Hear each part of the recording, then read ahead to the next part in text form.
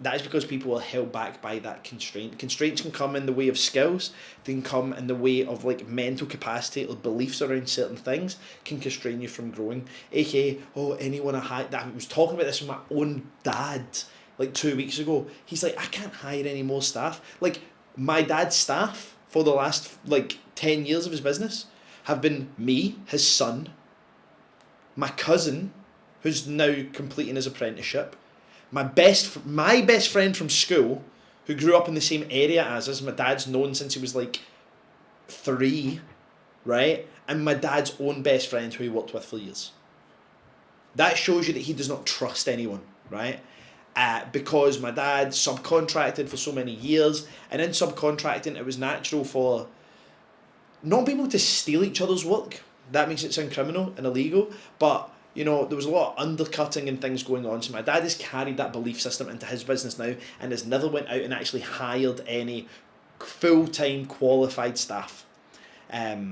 He's had apprentices like me and stuff like that, but he's never went out and just hired someone because that constraint mentally has held him back from doing it. And we spoke about this for like an hour on the golf course a couple of weeks ago, and he's saying to me, yeah, but anyone I hire is going to come in and want to steal my work, and they're going to want like a lot of money and all this kind of stuff. And I was like, Dad, you're saying that because that's what you would do.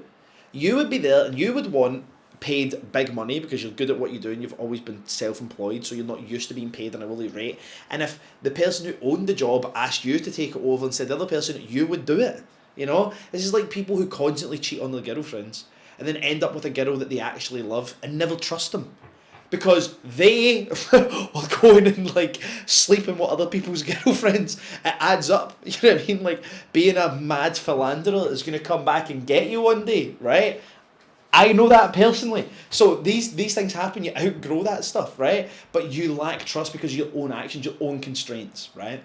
So my dad is still, and I got him round to it. I convinced him, but not enough that I think he's not went back to his old way of thinking, because he's like, yeah, no, I understand. And I'm like, Dad, there's plenty of people out there who will take a fair salary for a fair job with fair benefits and who just want to turn up and work and go home.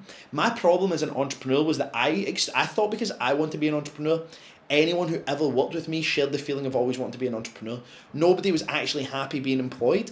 Everybody wanted to be employed temporarily on the basis that they were going to become an entrepreneur at some point, because that was me. And I thought that of everyone.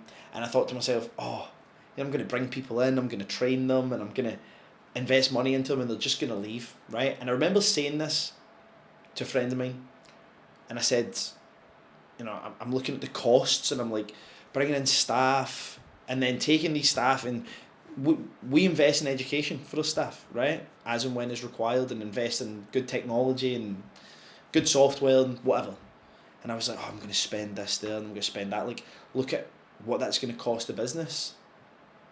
I says, and my point was, like, what do I do if I spend all that and then they leave? I spend all that money to get them more skills and they leave. And he said to me, what happens if you don't and they stay? And I was just like, whoa.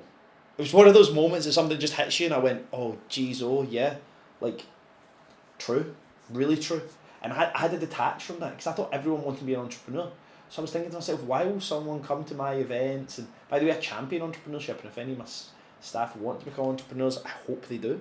I can't get up and talk about entrepreneurship all day on my videos and expect them, when they're editing stuff, not to pick that up, not to be, maybe not motivated, it sounds a bit stupid, but like, to not have that pique their interest, right? So I had to detach from that constraint. I was never going to build a good team.